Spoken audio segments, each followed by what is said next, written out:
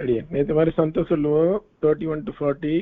இப்போ மஞ்சு வெஸ்ட் எது வரைக்கும் சொன்ன 15 16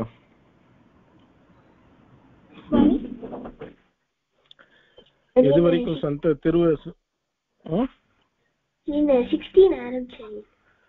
16 ஆரம்பிக்கணும் இல்லையா? சரி, ஓகே. சந்தையை முடிச்சுட்டு 16லேருந்து சொல்லுவோம். இப்போ சந்தை வந்து 21 to 40 நேற்று மாதிரி ஒரு 4 பேர் சொல்லுங்க. சரி, மாலோலன் லீட் பண்ணுங்க. ராகவன், ஸ்ரவன், ஸ்ரீஹரி, ஸ்ரீச்சரன் 4 பேர். ஸ்ரீஹரி, ஸ்ரீச்சரன் 4 பேர் சொல்லுங்க. அச்சுத் திஷ்டி வந்து 16லேருந்து 5 டைம்ஸ் சொல்லணும். சரியா? அச்சுத் இருக்கல?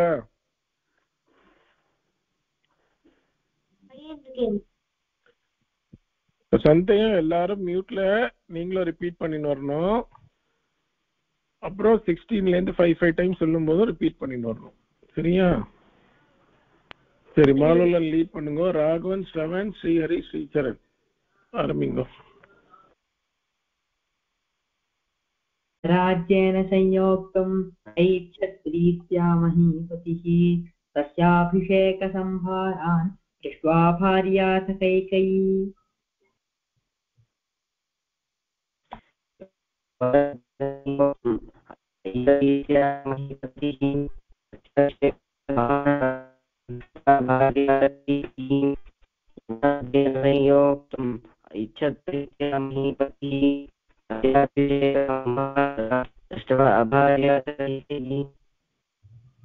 पूर्वं दत्तवरा देवी वरमेन मया च विवासनं च रामस्य भरतस्याभिषेचनम्.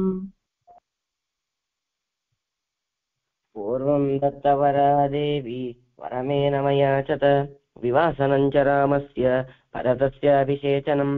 पूर्वं दत्तवरा देवी वरमेन मया च विवासनं च रामस्य भरतस्याभिषेचनम्.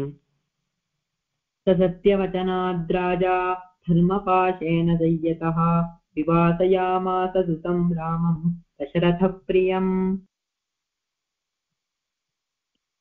सत्यवचनाद्राज धर्मपाशेन संयतः विवासयामास सुतं रामं दशरथप्रियम्. सत्यवचनाद्राज धर्मपाशेन संयतः विवासनं च सुतं रामं दशरथप्रियम्.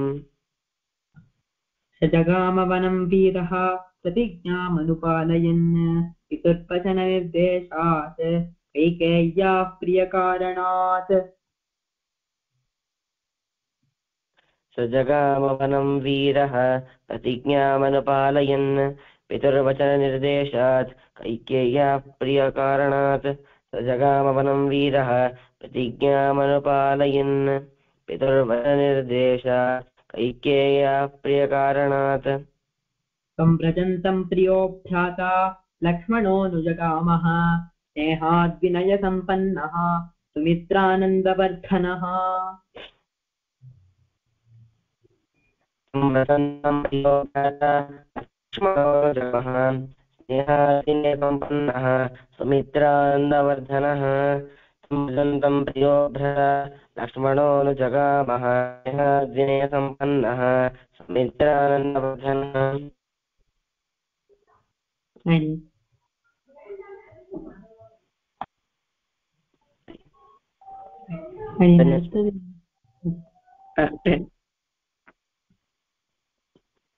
भ्रातरं दयितो भ्रातुः सौभ्रात्रमनुदर्शयन् रामस्य दयिता भार्या नित्यं प्राणसमाहिता. भ्रातरं दयितो भ्रातुः सौभ्रात्रमनुदर्शयन् रामस्य दयिता भार्या नित्यं प्राणसमाहिता. भ्रातरं दयितो भ्रातुः सौभ्रात्रमनुदर्शयन् रामस्य दयिता भार्या नित्यं प्राणसमाहिता. जनकस्य कुले जाता देवमायेव निर्मिता सर्वलक्षणसम्पन्ना नारीणामुत्तमा वधूः. जनकस्य कुले जाता देवमायेव निर्मिता सर्वलक्षणसम्पन्ना नारीणामुत्तमा वधूः. जनकस्य कुले जाता देवमायेव निर्मिता सर्वलक्षणसम्पन्ना नारीणामुत्तमा वधूः सीताप्यनुगता रामं शशिनं रोहिणी यथा पौरैरनुगतो दूरं पित्रा दशरथेन च सीताप्यनुगता रामं शशिनं रोहिणी यथा पौरैरनुगतो दूरं पित्रा दशरथेन च सीताप्यनुगता रामं शशिनं रोहिणी यथा पौरैरनुगतो दूरं पित्रा दशरथेन च शिङ्गिबेरपुरे सूतं गङ्गाकूलेऽप्यसर्जयत् धमाकाद्य धर्मात्मा निषादाधिपतिं प्रियम् शृङ्गबेरपुरे सूतं गङ्गाकूले व्यसर्जयत् कुहमासाद्य धर्मात्मा निषादाधिपतिं प्रियम् शृङ्गबेरपुरे सूतं गङ्गाकूले व्यसर्जयत् कुहमासाद्य धर्मात्मा निषादाधिपतिं प्रियम् कुहेन सहितो रामः लक्ष्मणेन च सीतया सेवनेन वनं गत्वा नदीतीर्त्वा बहूदकाः कुहेन सहितो रामः लक्ष्मणेन च सीतया सेवनेन वनं गत्वा नदीतीर्त्वा बहूदकाः कुहेन सहितो रामः लक्ष्मणेन च सीतया सेवनेन वनं गत्वा नदीतीर्त्वा बहूदकाः चित्रकूटमनुप्राप्य भरद्वाजस्य शासनात् रम्यमावसतं कृत्वा रममाणावनेत्रयः चित्रकूटमनुप्राप्य भरद्वाजस्य शासनात् रम्यमावसतं कृत्वा रममाणावनेत्रयः चित्रकूटमनुप्राप्य भरद्वाजस्य शासनात् रम्यमावसतं कृत्वा रममाणावनेत्रयः देवगन्धर्वसङ्काशाः तत्र तेऽन्यवसन् सुखम् चित्रकूटं गते रामे पुत्रशोकातुरस्तथा देवगन्धर्वसङ्काशाः तत्र ते न्यवसन् सुखम् चित्रकूटं गते रामे पुत्रशोकातुरस्तदा देवगन्धर्वसङ्काशाः तत्र ते न्यवसन् सुखम् चित्रकूटं गते रामे पुत्रशोकातुरस्तदा पुरस्तथा तुरस्तदा Again, third the adinadu. Adin andukla stress panni sekvana. Third the adin. Tatha the. तुरस्तदा पुत्रशोक राजा दशरथः स्वर्गं जगाम विलपन् सुतम् तते तु तस्मिन् भरतः वसिष्ठप्रमुखैर्द्विजैः राजा दशरथ स्वर्गं जगाम विलपन् सुतम् गते तु तस्मिन् भरतः वसिष्ठप्रमुखैर्द्विजैः राजा दशरथ स्वर्ग जगाम विलपन् सुतम् गते तु तस्मिन् भरतः वसिष्ठप्रमुखैर्द्विजैः नियुज्यमानो राज्याय नैच्छद्राज्यं महाबलः स जगाम वनं वीरः रामपादप्रसादकः नियुज्यमानं राज्याय नैच्छद्राज्यं महाबलः स जगाम वनं वीरः रामपादप्रसादकः नियुज्यमानो राज्याय नैच्छद्राज्यं महाबलः स जगाम वनं वीरः रामपादप्रसादकः गत्वा तु समहात्मानं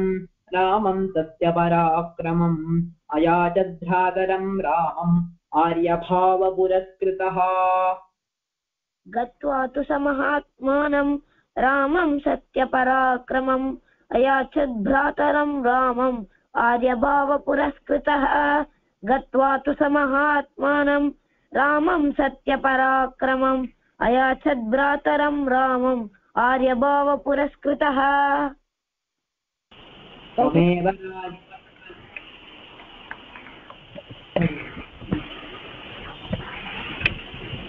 त्वमेव राजा धर्मज्ञ इति रामं वचो ब्रवीत् रामोऽपि परमोदारः मुखस्तु महायशाः त्वमेव राजा धर्मज्ञ इति रामं वचो ब्रवीत् रामोऽपि परमोदारः सुमुखः सुमहायशाः त्वमेव राजा धर्मज्ञ इति रामं वचो ब्रवीत् रामोऽपि परमोदारः सुमुखः सुमहायशाः न चैच्छत्पितुरादेशात् राज्यं रामो महाबलः अदुके चास्य राज्याय नाशं दत्त्वा पुनः पुनः न चैच्छत्पितुरादेशात् राज्यं रामो महाबलः पादुके चास्य राज्याय न्यासं दत्त्वा पुनः पुनः न चैच्छत्पितुरादेशात् राज्यं रामो महाबलः पादुके चास्य राज्याय न्यासं दत्त्वा पुनः पुनः निवर्तयामास ततो भरतं भरतं भरताग्रजः काममनवाप्येत रामपादावुपस्पृशन् निवर्तयामास ततः भरतं भरताग्रजः सकाममनवाप्यैव रामपादा उपस्पृशन् निवर्तयामास ततः भरतं भरताग्रजः सकाममनवाप्यैव रामपादा उपस्पृशन् नन्दिग्रामे करोद्राज्यं रामागमनकाङ्क्षया गते तु भरते श्रीमान् अत्यसन्धो जितेन्द्रियः नन्दिग्रामे करोद्राज्यं रामागमनकाङ्क्षया गते तु भरते श्रीमान् सत्यसन्धो जितेन्द्रियः नन्दिग्रामे करोद्राज्यं रामागमनकाङ्क्षया गते तु भरते श्रीमान् सत्यसन्धो जितेन्द्रियः रामस्तु पुनरालक्ष्य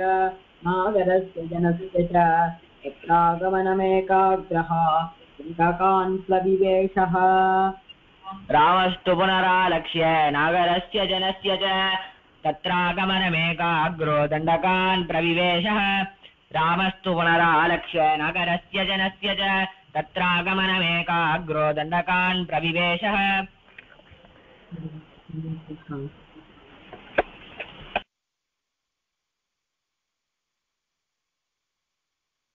அச்சித் சொல்லுங்க 16 to 25 5 டைம் சொல்லுங்க அடியன் சொல்றேன் वदा विगतसद्भिः समुद्रैव सन्धुभिः आर्यः सर्वसमश्चैव सदैव प्रियदर्शनः सर्वदा विगतसद्भिः समुद्रैव सन्धुभिः आर्यः सर्वसमश्चैव सदैव प्रियदर्शनः सर्वदा विगतसद्भिः समुद्रैव सन्धुभिः आर्यः सर्वसमश्चैव सदैव प्रियदर्शनः सर्वदा विगतसद्भिः समुद्रैव सन्धुभिः आर्यः सर्वसमश्चैव सदैव प्रियदर्शनः सर्वदा विगतसद्भिः समुद्रैव सन्धुभिः आर्यः सर्वसमश्चैव सदैव प्रियदर्शनः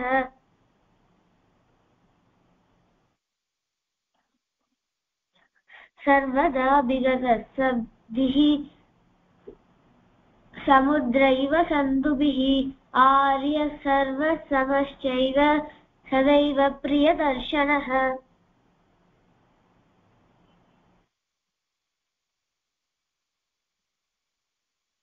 सद सर्वगुणोपेतः कौसल्यानन्दवर्धनः समुद्रैव गाम्भीर्ये धैर्येण हिमवानिव सद सर्वगुणोपेतः कौसल्यानन्दवर्धनः समुद्रैव गाम्भीर्ये धैर्येण हिमवानिव सद सर्वगुणोपेतः कौसल्यानन्दवर्धनः समुद्रैव गाम्भीर्ये धैर्येण हिमवानिव सर्वगुणोपेतः कौसल्यानन्दवर्धनः समुद्र इव गाम्भीर्ये धैर्येण हिमवानिव सर्वगुणोपेतः कौसल्यानन्दवर्धनः समुद्र इव गाम्भीर्ये धैर्येण हिमवानिव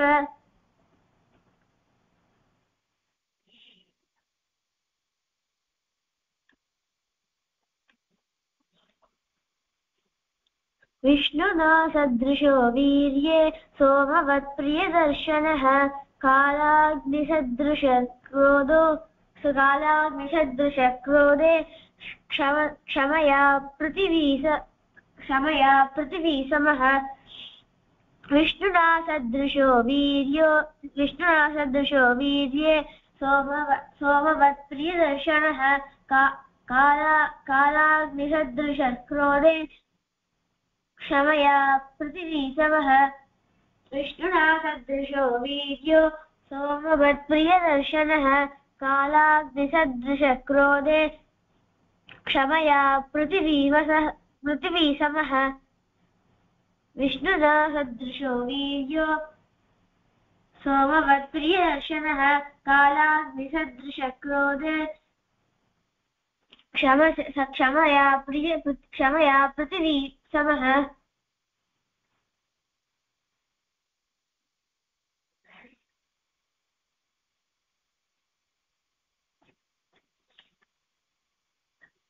धनदेन समस्त्यागे सत्ये धर्मैवापरः तमेवं गुणसम्पन्नं रामं सत्यपराक्रमम् धनदेन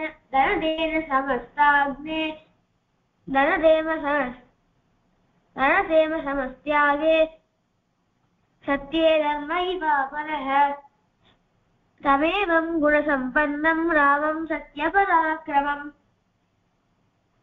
धनदेन समस्त्यागे सत्ये धर्मैवापरः तमेवं गुणसम्पन्नं रामं सत्यपराक्रमम् धनदेन समस्त्यागे सत्ये धर्मैवापरः तमेवं गुणसम्पन्नं रामं सत्यपराक्रमम्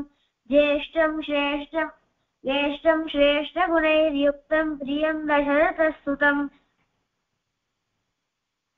प्रकृतीनां हितैर्युक्तं प्रकृतिप्रियकाम्यया ज्येष्ठं श्रेष्ठगुणैर्युक्तं प्रियं दशरथस्तुतम् प्रकृतीनां हितैर्युक्तं प्रकृतिप्रियकाम्यया ज्येष्ठं श्रेष्ठगुणैर्युक्तं प्रियं दशरथस्तुतम् प्रकृतीनां हितैर्युक्तं प्रकृतिप्रियकाम्यया ज्येष्ठं श्रेष्ठगुणैर्युक्तं प्रियं दशरथस्तुतम् प्रकृतीनां हितैर्युक्तं प्रकृतिप्रियकाम्यया continuously.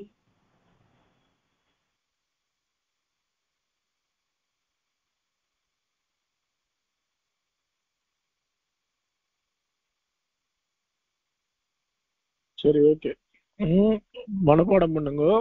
யாராவது மெமரைஸ் பண்ணிட்டேன்னா 20 வரைக்கும், நெக்ஸ்ட் 21 to 40 மெமரைஸ் பண்ண ட்ரை பண்ணுங்க. யாருக்கா மெமரைஸ் ஆயிட்டா ஃபர்ஸ்ட் 20?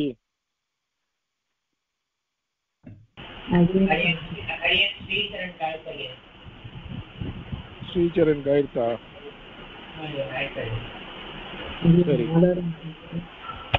சரி சரி, நெக்ஸ்ட் வீக்கு ஒரு 5 minutes பிஃபோர் ஆர் ஆஃப்டர் வந்து யாருக்கெல்லாம் மெமரைஸ் ஆயிருக்கோ 20 சொல்லி காட்டுங்க. நல்லா ப்ராக்டிஸ் பண்ணிடுவாங்க. சரியா? Okay, all of have a good rest of the evening. See you next week. Jai Shri Krishna.